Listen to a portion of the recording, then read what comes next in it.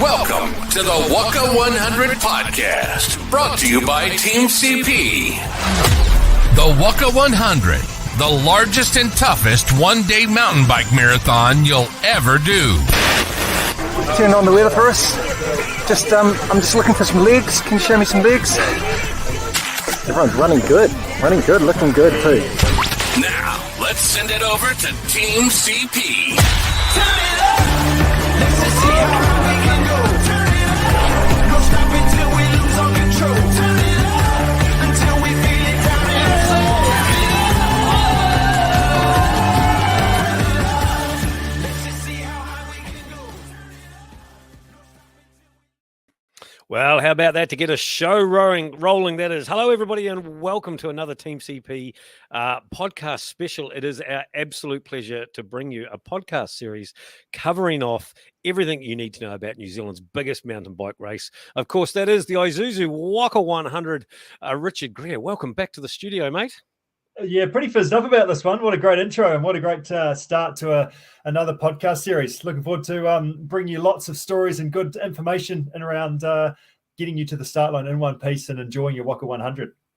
Well, it's a race that, thousands of people have done. Thousands of people have already entered for this year coming. You and I both, we've been there a couple of times and rolled the dice there, mate. What's been your favourite attempt at it? Last year's mile? That's a good question. I'm not sure. Every attempt has got goods and bad bits in it. I don't think I've sort of said it like that was amazing the whole time. There's always a bit of type 2 fun in there as well, isn't it? But yeah, I just love the course. I love it, the fact that it's fun. It's proper actual mountain biking. It's riding single trail. It's you've got to know what you're doing on the downhill. And if you don't, well, hey, walk down that, but get down in one piece. But yeah, it's a good, honest challenge and a good, honest test of how can you ride your mountain bike. Should you walk the river crossing if you can't jump it too, Richard? You jump it. That's the thing. That's the area when I went wrong all those years ago when I was riding with you. I was like, I'll just roll through this. And all of a sudden I wasn't rolling through it. I was rolling over top of it. So, it's all about the full send at the end. Yeah. Hey, like I said, it's absolutely fabulous that the Isuzu Whaka 100 is coming up in October, of course, and they are putting out this podcast series and have entrusted us to bring this to the people, I suppose. But we can't do this without the help of their sponsors and things. And I just want a big shout out to Sweet Cheeks. Sweet Cheeks are our episode sponsor, and we've got a bit of a giveaway to give away this episode, Richard, correct? Yeah, absolutely. So send us some feedback. Comment on what you liked or didn't like about the show. Ask us a question, and then go into the draw to win one of their a bunch of stuff from Sweet Cheeks, which includes some butt butter, which includes Freshly Balm, a magnesium recovery cream, Hot Cheeks, a muscle rub, Super Balm, a healing balm, and a minty lip balm, all to the value of $140. Mate, you got your tongue twisted on this. Hey, you're just so excited. Yeah, absolutely. Thanks so much to Sweet Cheeks, like Richard said. Throw some comments in, send us a message, do something like that, and give us some feedback, and we will choose a winner and send out the Sweet Cheeks prize pack. Mate, great show ahead of us. Few things to cover off as we go along already. You got the somewhere along the line, we're going to have our race director Tim Farmer. He's once again putting on this fabulous event. You caught up with him earlier in the week. Yeah, we did indeed. So we're going to go all over the world in this particular episode. We're going to talk to Tim Farmer, who's in Canada, BC, riding the BC bike race. We're also going to talk to Sammie Maxwell, who was your last year's 2022 women's champion, which is pretty awesome. She's currently racing in Europe. And then we're also going to chat to Anita Goodman, who is currently hanging out in Taupo, I believe. Yeah, got to keep our locals in there, right? Look, Sammie Maxwell, I must say I was a bit jealous. I didn't get to get in on that call, mate. You had that one all sorted earlier in the week, but Sammie, she has just been doing fabulous on the world stage, representing New Zealand. She's had the Fern on the podium a couple of times in the last few World Cup rounds. So, and the under-23 women's, of course, cross country. So exciting to have her on the show, being the carryover champ, and just to see what she's been up to. Yeah, that's right. I mean, just a great down-to-earth person, and just shows you the work that she's put on over the years is really starting to pay dividends. And she's just growing up and up and up the ranks, and I think building in confidence now that she's got some of those podium finishes and really good performances under her belt. So yeah, really good chat, and look forward to sharing that. Yeah, absolutely. Right, so we'll kick the show off with Anita today. Yeah, absolutely. Anita, come in. Are you there? Hi guys, nice to see you again. Hey, welcome Sorry. back. Thanks for having me back. You've been busy today, Anita, riding your bike out in the rain. Would that be fair? Yes, I have been very busy today. Actually, oh, maybe I'll touch on that later. But yeah, riding in the rain, racing in the rain, good day. Nice. That's the story. We were talking about sweet cheeks earlier on in the That's the story. There's got to be hang on, Richard. That's not the story. There's got to be more to the story than that. It was a really, really rainy South Waikato day. It was a proper mud fest. Yeah, it was a good day. I'll do a post on it my socials later.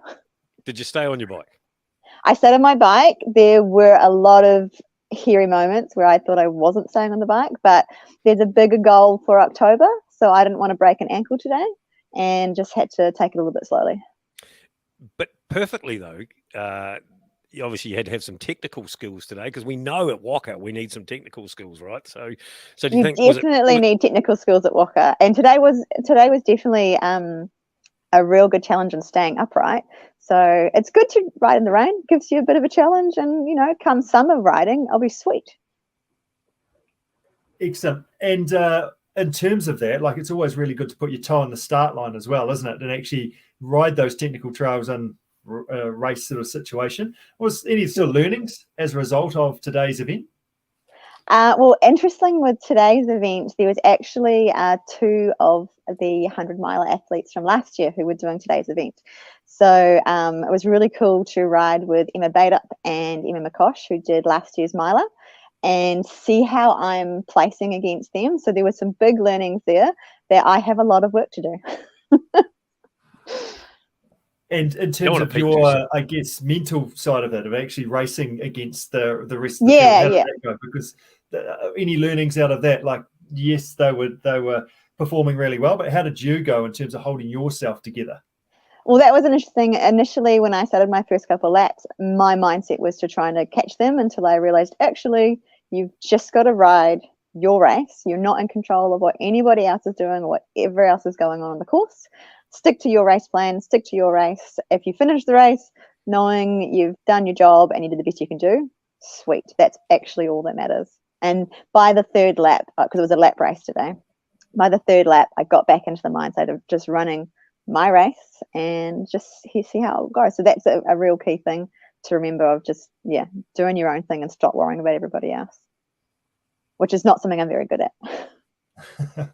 Nice. So that's a great learning, isn't it? Good to sort of dial that one in. And as a result of that, how did your riding go sort of from 3 laps after that? Once you sort of realized that, did you start to get really good? I started having a lot more fun with it and was way more confident, and the riding was good and the skills were coming up to play, apart from the mud. So it was a really, really good ride today. I'm really happy with how it went. Nice. So take us back a step. Like, how long have you been riding your mountain bike for, Anita? So I sort of got into I've been a weekend warrior for my late 20s, and then I was probably riding a mountain bike maybe 2 or 3 times a year. And then in late 2019, I decided I wanted to give it a little bit more of a crack. So I pushed it to riding my mountain bike once a month. And then in 2020, I really wanted to give it a go. But we had 2020 and there was lockdowns and there was all that sort of stuff going on. So late 2020 is when I could really give it a good crack. The event started coming back, and I did my first Whaka event, which was the 50 in 2020. Then I started training really hard for the 100K for 2021, which we all know didn't happen. I then threw a tantrum and didn't want to ride my bike anymore. And so for 2020, or for last year, did a few events here and there and kind of just hung out a bit, put on a bit of weight, lost some fitness. And now this year I am back into it again. Nice. So you've signed up for the Whaka 100 miler this time around. Yes. Yes. Why? What's Why? the motivation for wanting to do that? Well, it kind of made sense. I did the 50, I did the 100. I guess it's time to do the miler. And I do love a challenge, and it's the next challenge of I've never raced that distance before. What's that going to be like for me? And the team encouraged me to do it, so I was just like, yeah, okay, let's do it. Let's give it a crack and see what happens. Good. So it's really about testing yourself by the sounds of that. Can I actually do definitely. this? And that's a motivation for getting yourself out during winter. Winter training. Here you've got some really fancy green gloves to help you through that. How was your winter training going? My winter training's good. I hired this new coach, and he suggested going and getting some gloves from a farmland store. So I did that, but the only color they had available was bright green. So I have these really, really cool, waterproof, nice and warm, $20 from the farmland store, bright green gloves, which did make their debut this weekend in the rain. What a hack. Is it a hack or a I tip? know. Or what is that? Well, yeah, I mean, it's probably not helping the bike brands because they want to sell their product, but for $20, I've got some, they don't look cool, but I'm not here to look cool. Do you suffer from cold fingers or? So I have moved to Taupo the last little while, and it's pretty cold here now. So the last few weeks I've had a few training rides. I mean, I know Christchurch is cold. Sorry, guys. The last few weeks I've had some training rides where it's, -3, -4, which I'm not used to, being originally from Hamilton. So yeah, I do definitely suffer from the cold until I harden up like the Christchurch folk. You have been getting out in the frosty weather as well, and also we also want to talk a little bit about sort of self-care and recovery. You've been doing some of these ice dips in the lake as well post ride. Yes, well, I have a lake. What do we? I reckon it's good for me. I think it makes me feel happy afterwards. So that's got to be good for you. The lake is a 5-minute bike ride from my house. So after a run or after a ride, it's right there. I just jump in the cold lake for a little while, and I feel really, really happy afterwards. So I'm all for this, cold water immersion stuff. But there's something behind it. I feel good afterwards. So I'm going to try to keep it up all winter. We'll see how that goes because it's getting a lot colder. There must be something in that. We were just in Tekapo the other weekend, and it snowed on the Friday night. We woke up Saturday morning and there was snow all over the place there in Tekapo, and there were, I don't know how many people swimming in the lake, but like Lake Tekapo is glacier fed and cold in the peak of summer, and we were coming out of the hot pools, and these two girls had obviously clearly just come out of the lake, walking down the footpath just in their swimmers, that's it, nothing else, heading for the hot pool to warm up, not even shivering. And I was like, what is I'm going actually on down here? surprised how warm I am afterwards and how well it goes. It's really good. I like it. I'm going to keep doing it. And there's definitely some good research around that, more and more coming out, and there's lots of anecdotal evidence as well in terms of an ice bath and the benefits of that. So I get the feeling we might need to do a little bit more encouragement for Angus to get into the ice bath. Would that be fair, Angus? It doesn't sound like you went into Lake Tekapo. Mate, it's a pretty big bath you need nowadays. No, definitely, definitely. The hot pools was where it was at, mate. Yeah, good stuff. So, Anita, we mentioned the show's sponsored by Sweet Cheeks. That's a brand that you use? Yes, I've actually just started using them. This year, probably in about February was my first trial of the product. I've used a few different creams, and without being biased to them being a sponsor, I would say they're the best cream that I've used so far. So it's what I'm going to stick with for the next little while.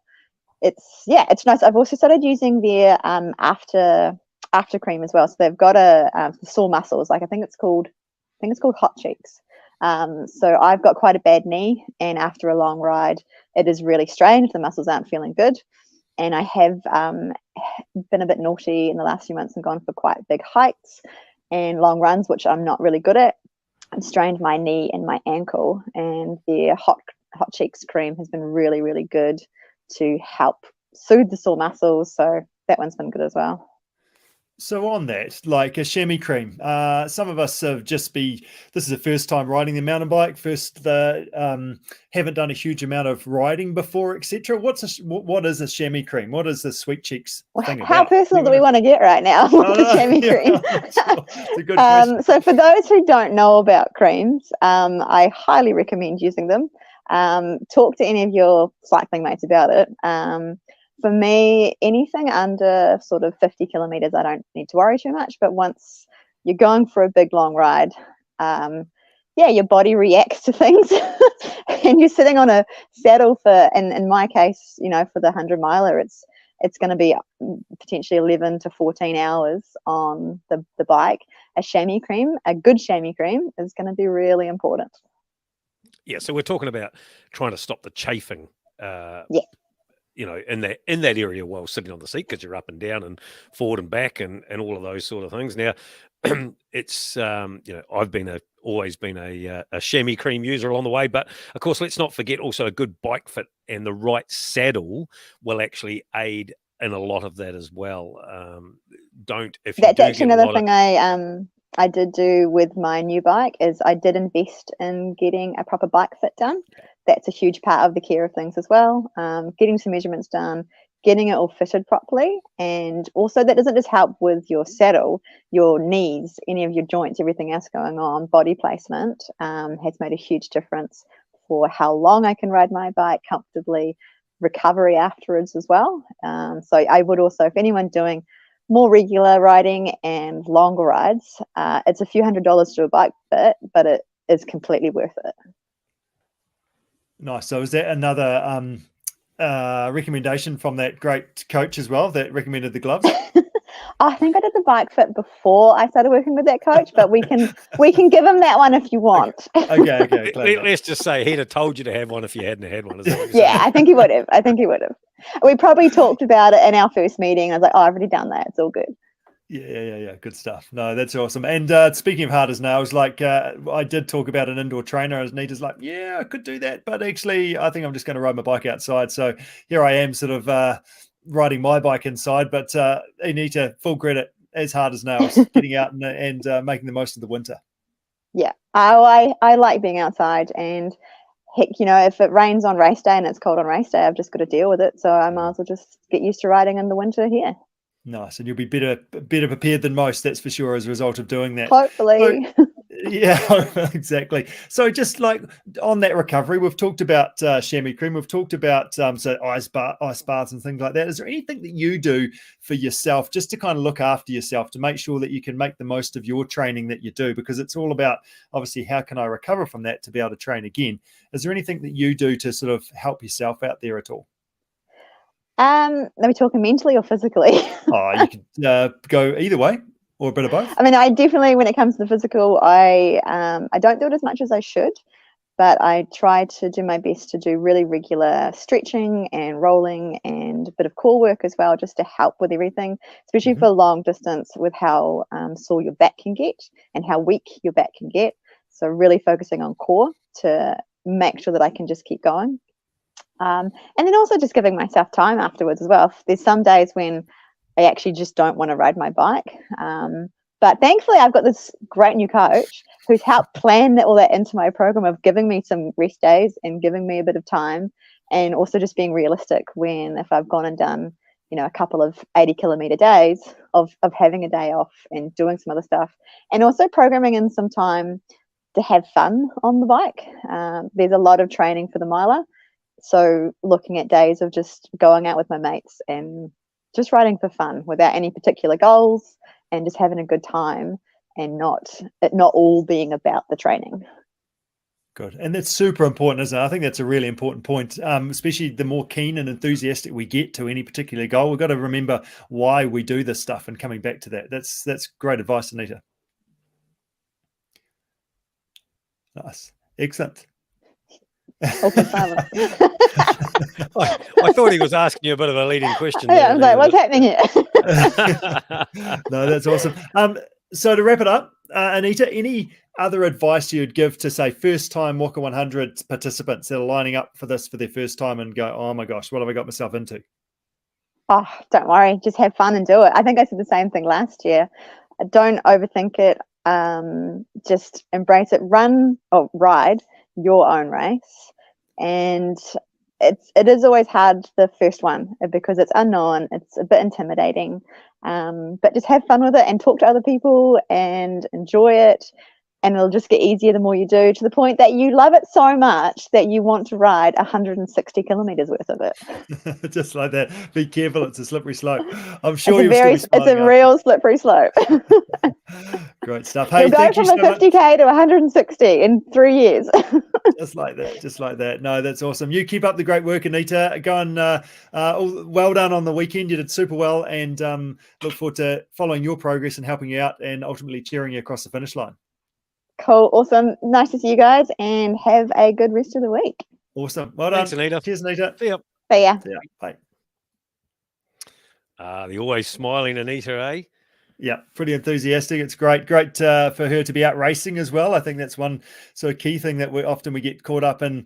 I don't know, just training. There's not a huge amount of biker races around as well, so really nice to go and put your toe on the start line and just get a bit of a feel for where you're at. So she's done very well there. Yeah, especially midwinter. Like there's just, often nothing going on in midwinter. And it's just not, like you say, it's good to stay tuned, have that race feeling, have that start line feeling, have all those, when you're training, you can put some hard efforts and things in, but we all know that we train harder while racing. Yeah, that's right. And yeah, it's ultimately, as you mentioned, just good fun as well. Good to go and mix it up in the mud and check out to see how she's getting on. So no, well done, Anita, and I'm sure she'll go great.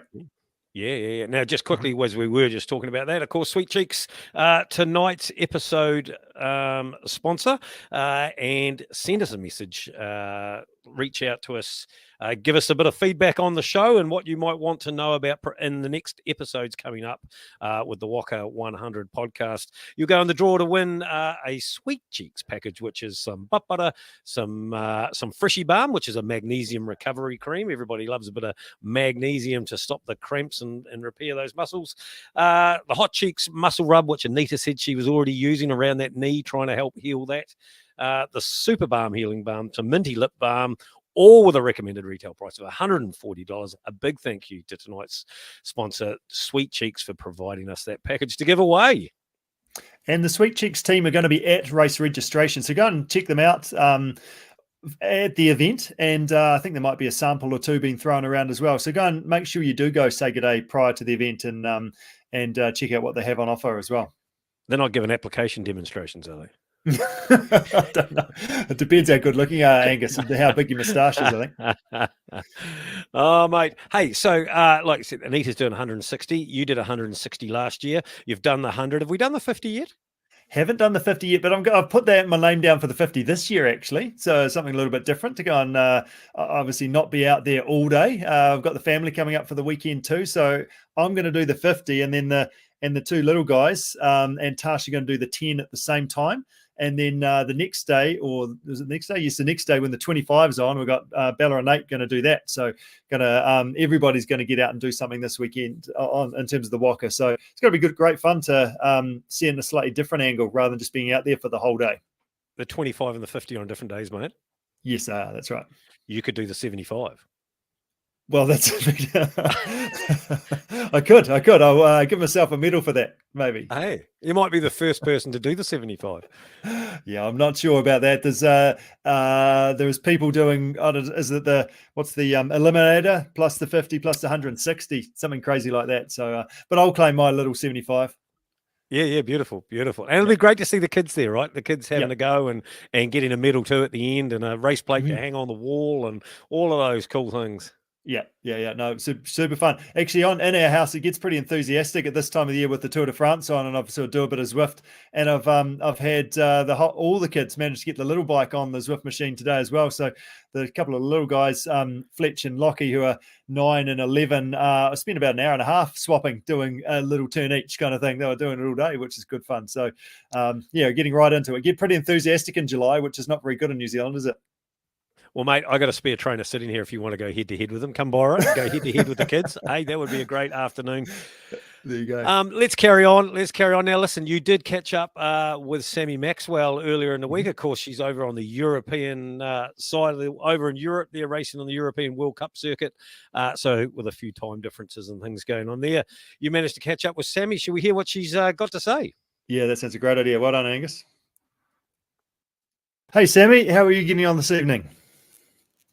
Yeah, I'm good, thank you. How are you? Yeah, really good, thanks. Hey, thank you so much for joining us. You're on the other side of the other side of the earth from New Zealand and Europe, hanging out, riding your mountain bike. You've been going great guns recently. We're going to have a chat about Whaka 100, but before we get into that, we need to check in on your European campaign, I guess, so far, and say a massive congratulations on your awesome performances in the recent World Cup races. They're pretty cool. With a couple of podium finishes just recently in the last two outings. What do these results mean to you, Sammie? Oh, yeah, thank you so much for that, firstly. And yeah, I mean, they're massive results. To be able to back up a second place in Liga Gang with the Val de Soleil was pretty epic. And I guess it means a lot just because, you know, you spend half your season back in New Zealand watching all the Euros and you always wonder, like, oh, am I doing enough? What does it take to actually, like, make it over here? So, yeah, they mean a lot. And just to be able to do it for everyone back home and, like, put on a good show, get everyone excited, it's cool to see. So, yeah. Awesome. So give us a little bit of background. These results don't just happen. You've been riding a mountain bike for a little while now.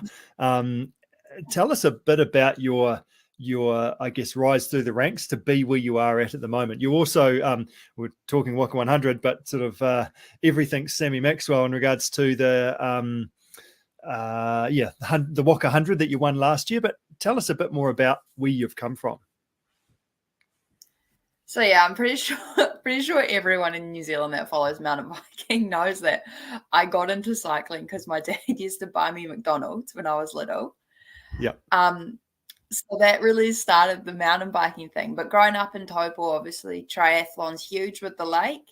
So I started doing a bit of triathlon and I always found biking was the best. And then I went to college after a bit of riding and just general sports, you know, netball, running, swimming, whatever, triathlon. And I went to college and I did my first ever secondary school was a mountain bike race and I got third or something. And I remember I was like, oh shit, like this could be my sport. And then I kind of was like, if I started actually training, see how it goes. And yeah, I guess once I started training, I went to Oshis and got absolutely like my ass handed to me, but I still loved it, loved the intensity of the racing. So then I just decided to commit to the sport, not with no real goals in mind, other than just the fact that I wanted to see how much I could improve. Do you know what I mean? Mm-hmm. Which is cool. And then, yeah, got picked up pretty quickly by some amazing supporters. Sam Thompson and stuff have really been with me since I started racing. And, yeah, I guess it all kind of – nothing changes overnight, but you just train and work over a few hours. And, yeah, next thing you know, you're over in Europe chasing summer. Yeah. How good. So give us what sort of time frame is that? How long have you been racing your mountain bike for? I've been like properly racing competitively since probably like year 11 college. So I don't know what form that is, like fourth, fifth form, I think. My dad would be able to tell me. Okay. Yeah. But I've been riding since I was first year college, like racing. Okay. So yeah, it's been a matter of 6 or 7 years probably. Yeah. Okay. A long time. Right. Yeah.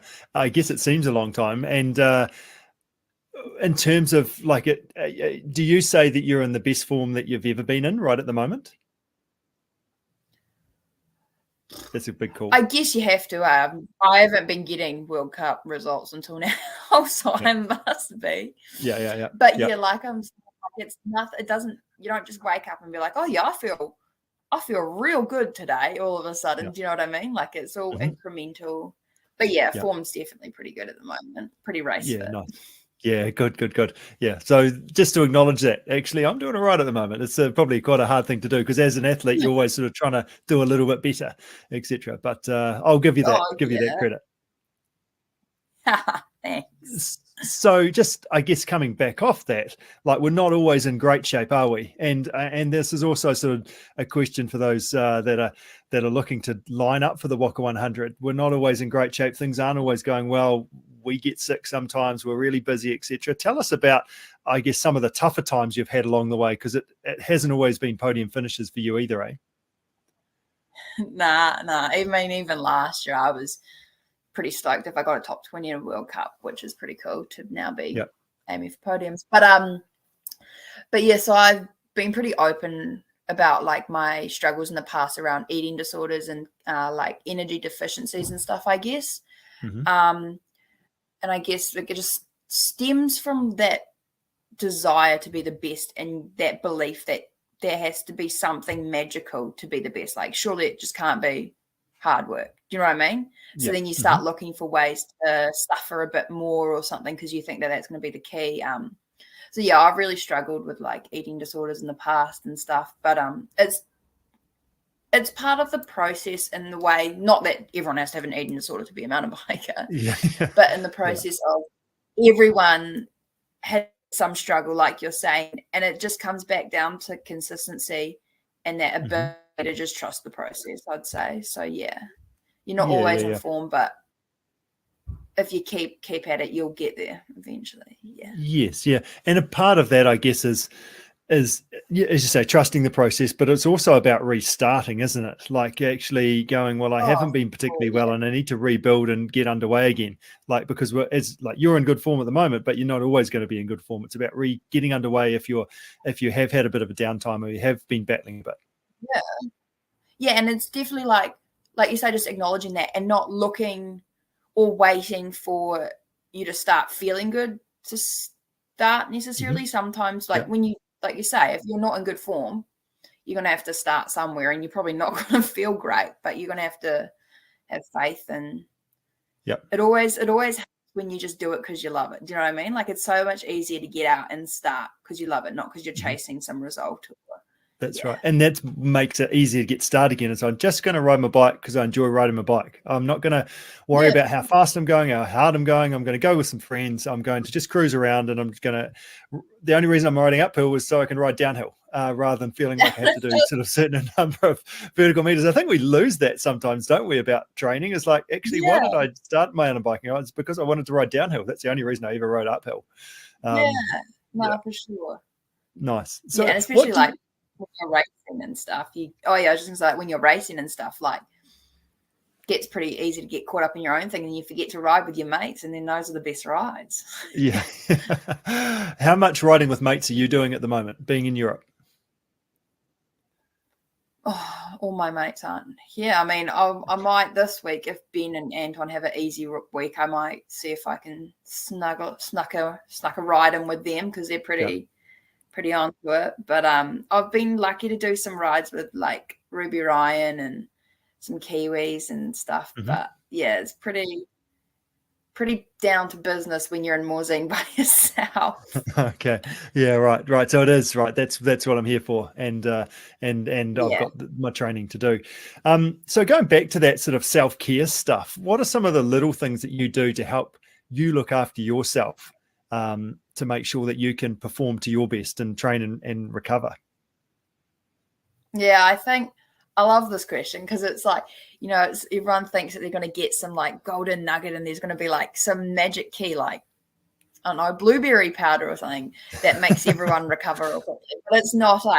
I reckon there's just sleep and good nutrition. That's all I really prioritize for my recovery.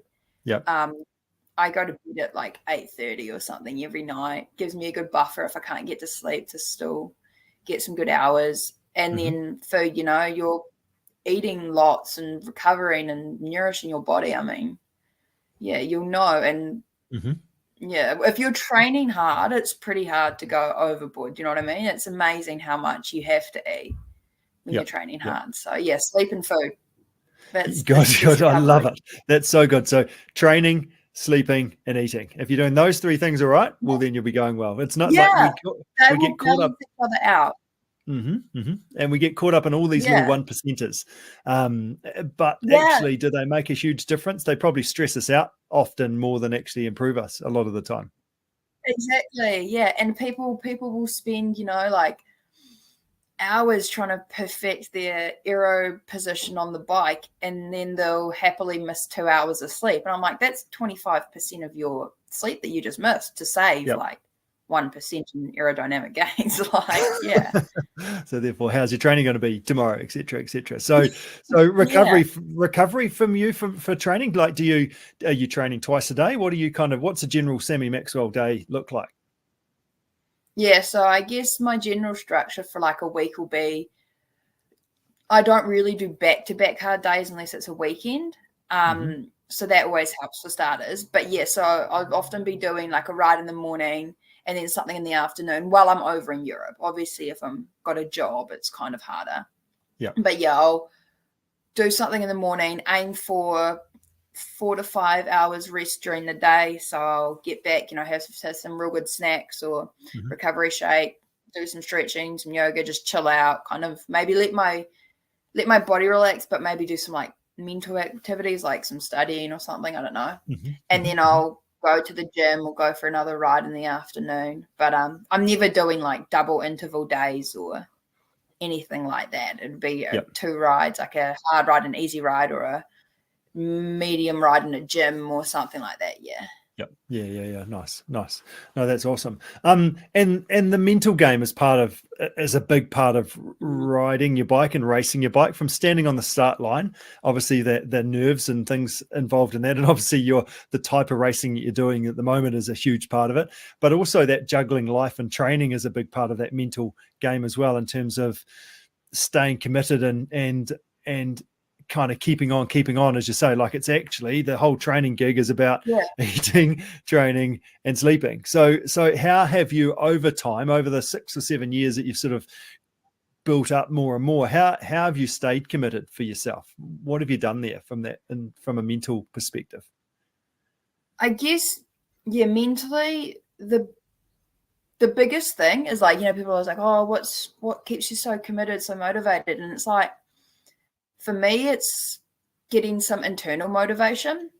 So like, there's like intrinsic and extrinsic motivation, and like your results, prize money, placings, they're all extrinsic, they're all results. But there's that like internal motivation, that feeling of like, I just love riding my bike, or I want to empower young girls to watch me race overseas and go, man, I want to be strong like her. Do you know what I mean? And it's all those things that remind me why I'm doing it, not for the money or for the fame, or so I can do cool podcasts like this, like it's which you are, stuff like that.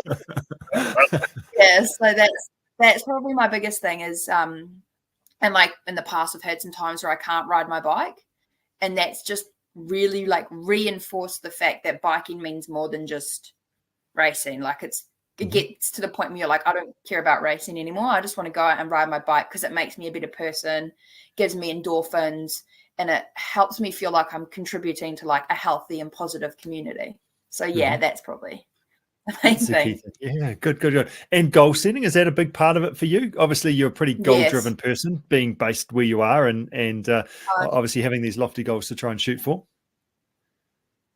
Yeah, I'm a hugely goal-driven, like goal-orientated person. And I guess setting good goals that aren't just like, I want to win. It's like, I want to do this so I can achieve this, so I can get this outcome.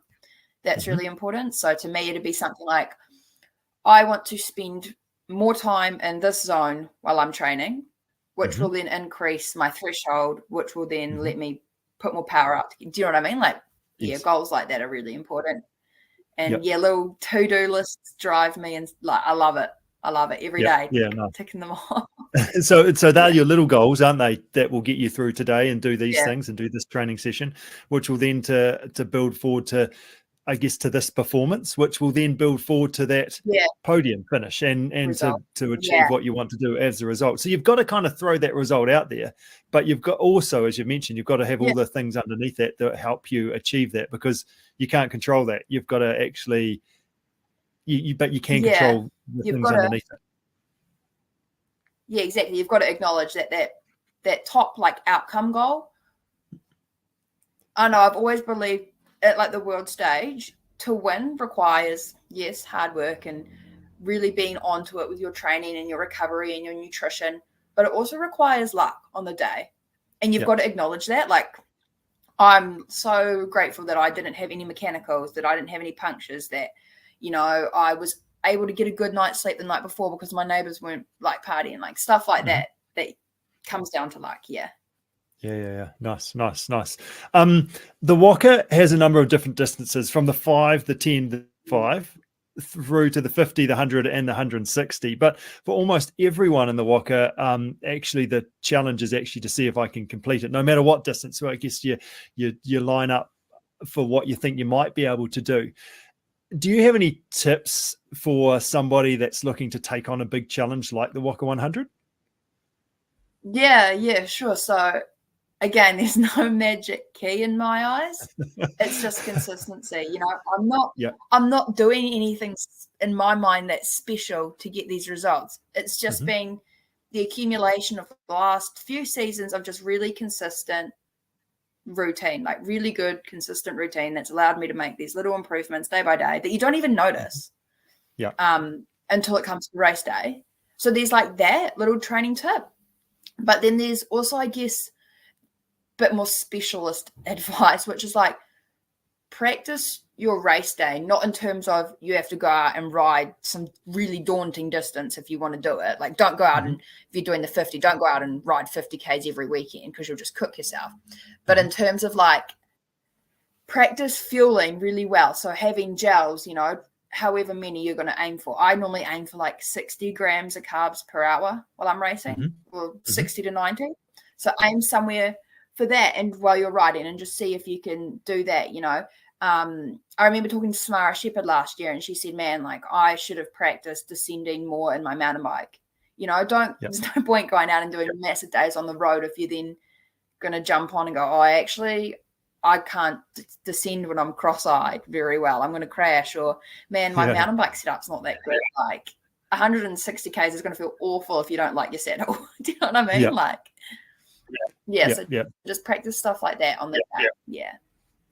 Nice. So simulating your race day, so you know what's coming up, and then it's not a surprise there. So you can actually use the race day and the loud, enthusiastic music and everything that comes along with it. It's like I can walk forward to that challenge because I know I can do it, rather than going, oh my God, what am I up against here? And this is not going to maybe end well.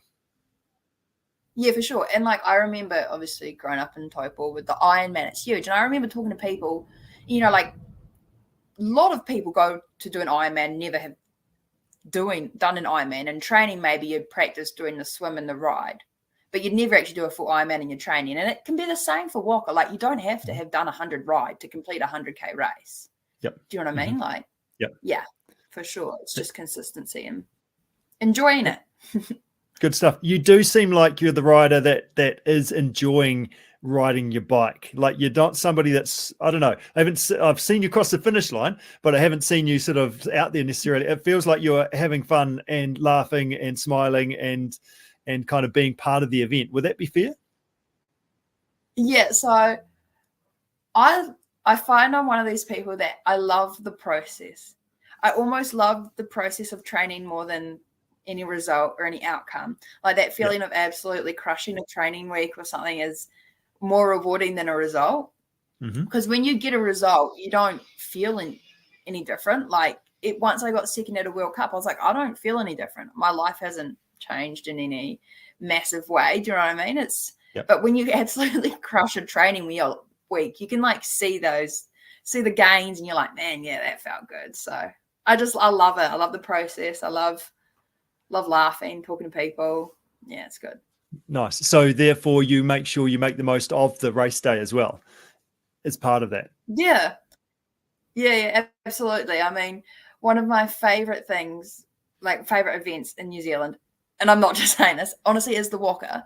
So last year was my first time doing the Whaka 100, and I loved it so much because of the event. I think I walked, like, just how fun it is. Like I walked into registration, and I probably saw and said hello to about like 9 people within just like 200 meters. because Okay, yeah. everyone's there and it's an amazing community. And you're like, oh, g'day, good luck. Oh, what's up? How are you? Like, it's good fun. Good It's a stuff. cool That's awesome. community. Yeah. Brilliant. So good. So just to finish up, do you have a workout that you do on a weekly basis? And this is, I don't know, maybe a challenge to put down to the rest of us. Could we actually do this? But have you got a kind of must-do workout that you generally do most weeks for you? So I guess the only thing I would do every week, regardless, is like a Pilates session or something, because you do that during recovery weeks or intense workouts. But Yep. I love, at the moment, I've really been enjoying like these what we call VO2 max intervals. So they're around intervals from around 1 minute to 3 minutes in duration, with like a similar time of rest. So basically, you do 2.5 minutes as hard as you can, 3 minutes rest, and you do that a few times and then go down a little bit more intense. I love those ones at the moment, because you see your progression so quickly. It's like the threshold efforts are a bit harder to see your improvements, but these ones you just feel different on the bike after doing a few of them. How many would and you I do? also love doing the gym. How many reps would you do? So I'll do like 3 of the 2.5 minute ones, maybe. And then I jump down to doing like 4 2-minute ones and then 4 90-second ones, or so I'd probably end up doing like 10 intervals, maybe something like that around that time. So yeah, try them. They're good fun. Sounds horrendous. But yeah, it's just that you get to around 45 seconds and your legs are screaming, and you've just got to be like, well, I'm just going to let go of all doubts and just see if I can hold this. And it's pretty awful, but it's good fun. Good stuff. And as you say, like, it's about improvement, it's about the process, it's about sort of seeing you getting better. And then it's not always fun and nice during it, but it's the satisfaction that you have as a result of that training session, that training week, and putting that together to be able to ultimately perform and achieve your big picture goals. Yeah, for sure. Brilliant, Sammie. So any last comments just to finish up? Anything else to share? Whaka 100, it was your first time last time around. Anything else for others that are standing on the start line, maybe for the first time, or others that are coming back to go and have a crack at it again? I mean, I guess it's pretty easy to say, oh, just go out and enjoy it. But I guess maybe pick like one part of the track. So I do this no matter what race it is. Whether it's like a World Cup short track or a local club race, I'll pick one part of the course where I'm going to make myself smile. So I remember like in the Leo Gang short track, it was like the final corner before a bridge. And every time I just come around with a massive grin, and it helps you like feel out of the race again. You're just in the forest, or you're just riding around this berm. And so yeah, pick a track or something where you're just gonna like make yourself smile. It might be every time you see a marshal, or it might be on your favorite track or something. Yeah, cool. And that's awesome, because it does actually make a difference, doesn't it? Psychologically, but also physiologically, it doesn't feel quite so hard anymore because you're smiling. No, it doesn't. Yeah. Good. That's a fantastic Smile, tip. Well done. Well, a grimace is sometimes a smile. It's pretty close, isn't it? There. Exactly. Yeah, it's probably what it is in short track, Yeah, she's smiling. I'll have to zoom in next time I'm watching you and seeing how you're getting on. I really appreciate your time, Sammie. All the best for the upcoming World Champs. Is that right? In 3 weeks or a month's time? Yeah, in a month's time, in Scotland. Hopefully, it's not raining. Yeah. Well, good luck for that as well. But yeah, enjoy riding your bike. Thank you so much for joining us and your insights, and we'll look forward to following your progress, and all the best for the next adventure. Yeah, thanks, Richard. No problem. See you around. Cool. Good job. How about that? Sammie Maxwell from coming in from Europe, giving up her time to have a chat. Richard, she's such an enthusiastic young lady, and just has, a passion for the sport. Yeah, she does a great job, isn't she? Great way she represents New Zealand, and some great advice there around putting the hard yards in around her VO2 max intervals, and also just reminding yourself to smile as you're riding your bike. Pretty cool. She's doing a great job, and really looking forward to following her progress over the next few weeks and into that World Cup race, or the World Champs, actually. Yeah, and of course, a couple of things that she talks about there, that eating, sleeping, training, consistency, all those important things, eating and sleeping are almost two of the most important things you can do, right? Absolutely. Like with training is a stress in our body. The only way we're going to get better is actually recovering from that training. And the best ways that we can recover are fueling your body and then also sleeping. And that's how your body repairs and recovers. So if you're doing those, I guess, three things, those three rocks that are sorted for you in your life, then you're going to be doing pretty well. Obviously, it gets challenging when things get stressful and life's busy and kids and sickness and all that sort of stuff. So we want to try and be as smooth in those things as best as we can, which allows us to improve as much as we can from a fitness perspective. Well, as Meatloaf said, 2 out of 3 ain't bad, mate. And I've got two of those three combinations there. Only one more that maybe one day we'll add in again. I bet you can guess which two I've got down, Pat, eh? Got no idea, Angus. We maybe need to take a sweepstake. Maybe that's a comment from the listeners. You might be able to win some sweet chicks. Yeah. Oh, good. That's a good idea. I could do with some more too. Yeah. Hey, listen, not only did you catch up with Sammie over in Europe, you caught up with Tim, race director of the Isuzu Whaka 100 course, currently over at in Canada at BC Bike Race. You caught up with him earlier in the week. Should we see what Tim had to say? Yeah, absolutely. Well done. Tim, how are you getting on? What are you up to at the moment? Good. Hey, in Vancouver Island in BC, Canada, BC Bike Race. So we have just finished day 3. It's all becoming a blur. Day 3. So quite tough stage. Some double blacks in there today. Was trying to follow Jeff Kabush, but I'm about an hour and a half behind him. So I followed his lines in the dust. So it's pretty wicked. It's about 34 degrees and 28 in the trees. So fantastic. Even in the shade, it's hot. It's hot. Yeah. Yeah. Nice. So this is a work trip, is it? We're doing work at the moment? We are. So in an effort to make the Whaka 100 better and our other event, Volcanic Epic, better, we come over to see why the BC Bike Race is so good. There's a few things that we know that we're awesome at that was sort of compared to what we do over here, but there's some things that they do that are kind of cool. I don't know if we'll have anybody stay on top of a caravan playing the American national anthem, but in Canada. But we'll do we'll have some things that we take away from this event and just getting some good riding in too. Good job. And that's what it all comes back to, enjoying riding your bike. So how's the event going? How are you guys doing? You and Tim are both over there? You and Mike are both over there, sorry? Yep, Mike, our sponsorship guru, we're over here.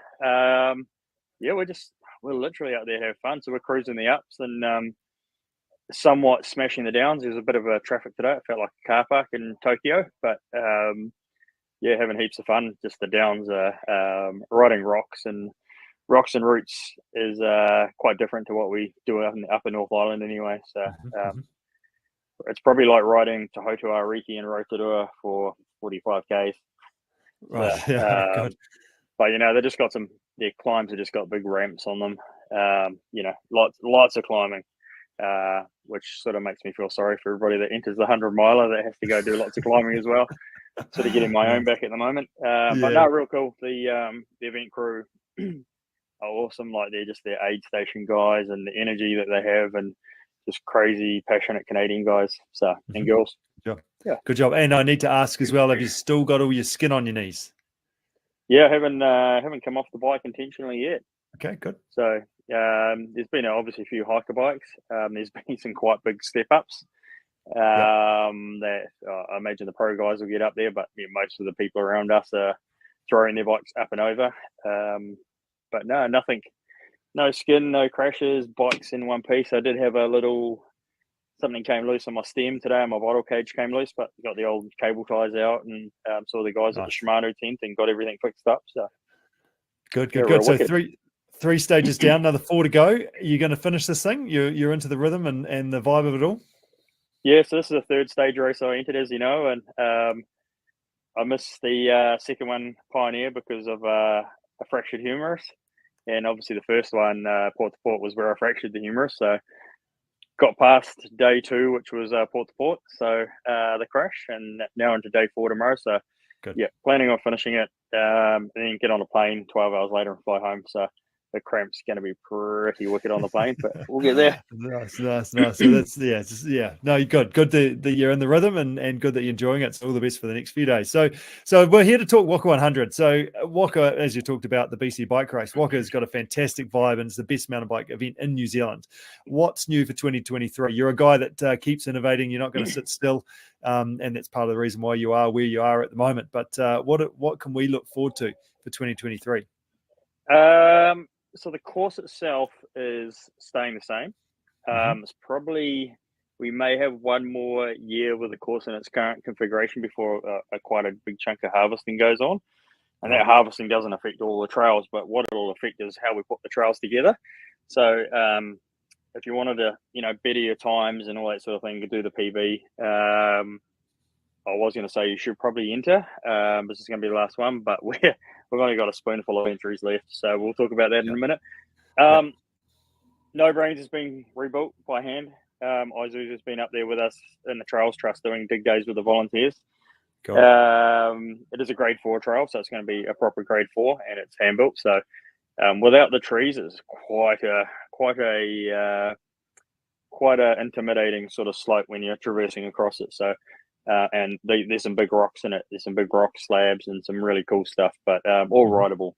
So yeah, and the Eliminator still downtown. So we've got the Eliminator on the Friday night. That's going to open up to e-bike racing and age group racing, and then there'll be the elite national champs as well. Yeah, good. So I need to do I enter that? How do I get amongst that? I haven't put my name down for that one yet. Yeah, so the entries for that don't open until September. So anybody that's entered, if you do enter it in the 50 or the 100, it does get you seating. So it gets you seated at the front of your waves. And then if you haven't entered the Whaka 100 or the other distances, you can just enter the Eliminator as a standalone event. Yeah, I was too scared. I was too scared to turn up to it last year because they had the 100 miler on the cards. But just with the 50 on the cards, I feel like I need to make my trip to Rotorua more worthwhile.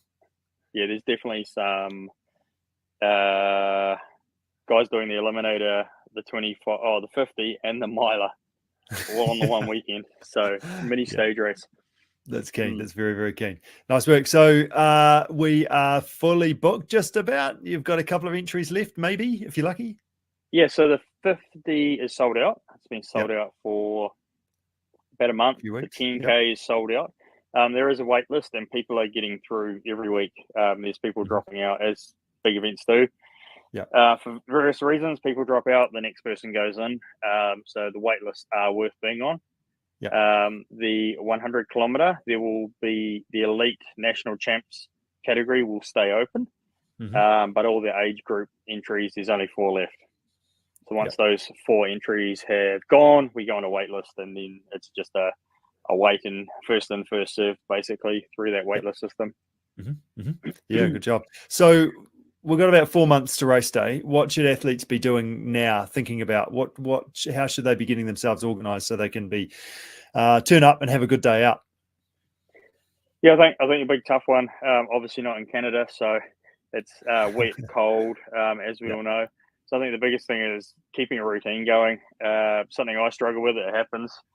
If you're not getting it right, talk to somebody like yourself or other people. But just get into that routine, get that training going, start thinking about bike fits. If you're getting discomfort on the bike, look at working out why that's happening and see if you can make those changes to make your event positive. Just basically just getting in training and just being consistent is probably the biggest thing. Yeah, good. No, that's a good answer. And it's a good point around your bike as well. A lot of people just assume that a bike is going to be kind of uncomfortable, but it should not be uncomfortable. Like your seat, there's so many different tweaks that a good bike, a bike fitter can get organized for you, and it makes a massive difference. So spend some time getting that stuff sorted now. And with 4 months out, there's plenty of time to get yourself right. If you've got some injuries or niggles going on, get them looked at now. So then you can have a chance to get them sorted. So then you can build things up, and ultimately building up to simulating whatever event you're going to be doing as well as a key one, eh? Yeah, definitely. I think saw it out here today on BC. Quite a tough stage, and I was getting my stem tweaked and retorqued. There was guys turning up in the tech zone that were missing teeth on their cassettes because they were that worn, and they were like razor blades, like very, very pointy. So, like, 4 months gives you enough time to manage funds and all that sort of thing to go. Make sure your bike is up to scratch for doing a bucket list event for yourself. Yeah, good. And the main reason that people don't finish, it's not because they're not fit enough. It's not because they crashed and injured themselves. It's because their bike wasn't up to standard. Is that the case? Yeah, bike standard, bike maintenance is a big one. People turn up with 10% left in the brake pads, or they do something new the week or two before the race. That goes down to nutrition as well. They just put something new into their system that they don't normally do, and it doesn't work. Yeah, nice. And just sometimes you just have a bad day on the bike too. That's right. Yeah, exactly. And just like you're doing at the moment, like the key thing to finishing is just kind of keep moving forward. And you might need the walking shoes on for some of the pieces, but just kind of keep moving forward and you'll get there. So is there any other parting comments for you just in terms of now, 4 months out, getting organized, anything else to think about? We're seeing a lot of chat on the Facebook group of people I know at the Whaka 100 participant page. A lot of people are stressed about the trails. Stressed about how technical they are, all that sort of stuff. Over here in BC, we don't have anything like that in New Zealand. I was a little bit stressed about it, but to be fair, people just ride their own event. I've got off and walk stuff. Other people get off and walk different things. It's just mountain biking. When you're in an event, you've entered it for a reason. You've entered it for that challenge, or your mate sucked you into entering it. But just ride your own race, and if that bit doesn't feel comfortable, jump off and run down it and jump back on. It's all achievable. There's no drops and there's no gap jumps or anything like that.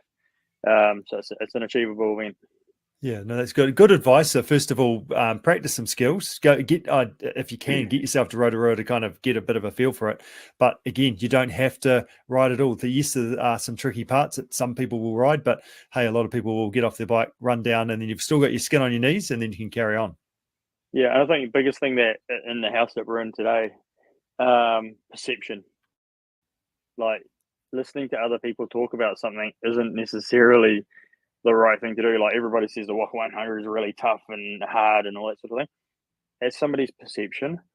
Like, you watch a video on a trail, it may look really hard, but not necessarily.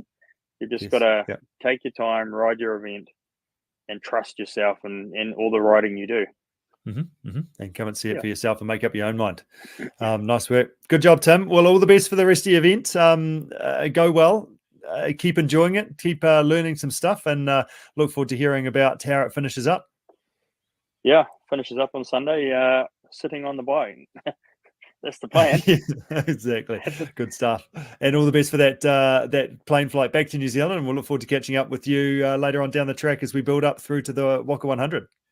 Awesome. Catch you guys later. Good job. Well done. Now, Rich, you caught up with Tim. Let's just timeline this a little bit. You caught up with Tim last week. We're currently at the end of the week. They're not quite at the end of this race just yet. You asked him a question in that interview. Do you have all your skin?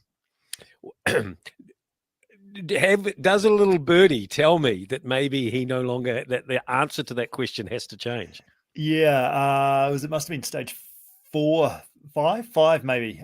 He was riding down I got a message from him riding down a double black diamond, which I think he did also mention you can walk stuff in that interview as well.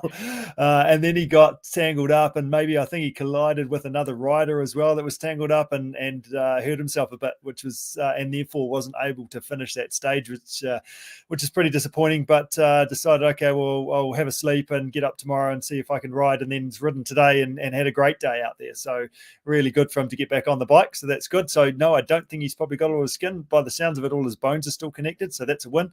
But he's got the Mike and Tim, they've got one more stage to go tomorrow, stage 7. So So yeah, it's nothing like a few battle scars and war stories after an event like that. That's where I was going with that really was is the fact that he got back on his bike and he's still riding, and it's just bloody great to hear because, Yeah, you know, they say he said they were over there working. I need a job like that. I'm sure I do. But, you know, that's what makes the Isuzu Whaka 100 so good and makes them able to put on such a good event because the people behind this race are racers. You know, they know, they've experienced, they're out there learning, and, you know, that all helps to make this event as the amazing event that it is. But Totally. just quickly on the BC bike race, I just had a look at some results before because I've been following along. Christchurch, Brent Miller is currently with one stage to go, leading the 40 plus. I think he's like 14th overall or something, and looking like he could win the 40 plus and bring that home to Christchurch. And Craig Oliver, he is sitting third, 1 minute 30 behind the leader. Now he was wearing the yellow jersey. Of course, Craig Oliver's brother Ben is two-time Whaka 100 champion and current defending champion. So that Oliver family, some big hitters in there. Yeah, no, good results. Now, takeaways from Tim's conversation there. I heard a lot about, you know, making sure your bike is up to speed. You've taken the time to get that ready for the big day. Yeah, absolutely. I mean, and we've also talked about bike setups today as well. Take a little bit of time to get your seat height right and all those sort of things, handlebars. Just make sure your bike's right for you, the right size, etc. And I guess reflecting on our whole podcast, it's about ultimately building up to simulate the race is what Sammie talked about as well in terms of what is it going to look like? How am I going to do it? How's my nutrition going to be? And that's ultimately what we're doing. We don't need to do it now, but that's what we're working towards. And that comes out of consistency, regularly riding our bike to get used to riding our bike and therefore building fitness out of being consistent. And I think one more tip just to finish off today is it's about, like, you don't have to ride for hours and hours. Like most of my trainings are 30 to 45 minutes kind of thing. So if you don't have a huge amount of time, just offset that time with a bit of speed. Just go and put some effort in. If it's outside, if it's commuting, if it's riding on Zwift, whatever it is, just go and huff and puff and challenge yourself lots. And then that gets your body sort of fully stressing the blood and the muscles to be able to actually be fitter. So therefore you'll get a bigger training response than just kind of cruising slowly on your bike. Especially for most of us, we've got plenty of time to recover.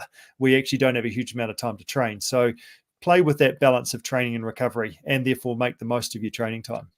And there's still plenty of time for training. Like, you know, October's still a few months away. So if you are wanting to take that training to the next level, of course, you can get over to whaka100.co.nz, get on their webpage, click on the training tab on the page there, and you can go. There's a couple of links there to buy a CP magazine, which is a pre-built training plan that you can purchase and use to get you to your event.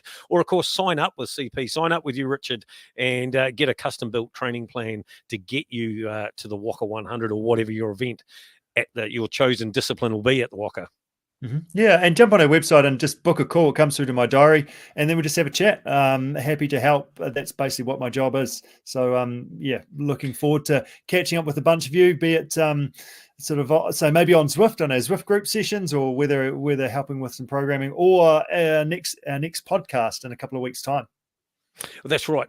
Two things there. One is Zwift, Wednesday night Zwifts. Of course, race director Tim Farmer is often been on that Zwift ride with you, Richard. So that's how the Whaka community is. He's there riding and training, even though his day's a bit different on actual race day. And of course, you're absolutely 100% right. We will be back in a fortnight's time for another edition of the Isuzu Whaka 100, brought to you by Team CP, your endurance coaching specialists. Tonight's episode, of course, brought to you by Sweet Cheeks. Make sure you send us a comment, give us some feedback on tonight's episode, what you might want to see in the future episodes, and you'll go in the draw to win one of the Sweet Cheek prize packs. Well done. Good job, Angus. Thanks for pushing the buttons. Thanks for the enthusiasm. Thanks for our fantastic guests, and enjoy riding your bike, everybody. We'll see you at the next one. Good job. You've been listening to the Whaka 100 podcast, brought to you by Team CP. Skull. So much fun, lots of camaraderie and lots of laughs. If you dig the show, make sure to like, rate, and review. Let's just see how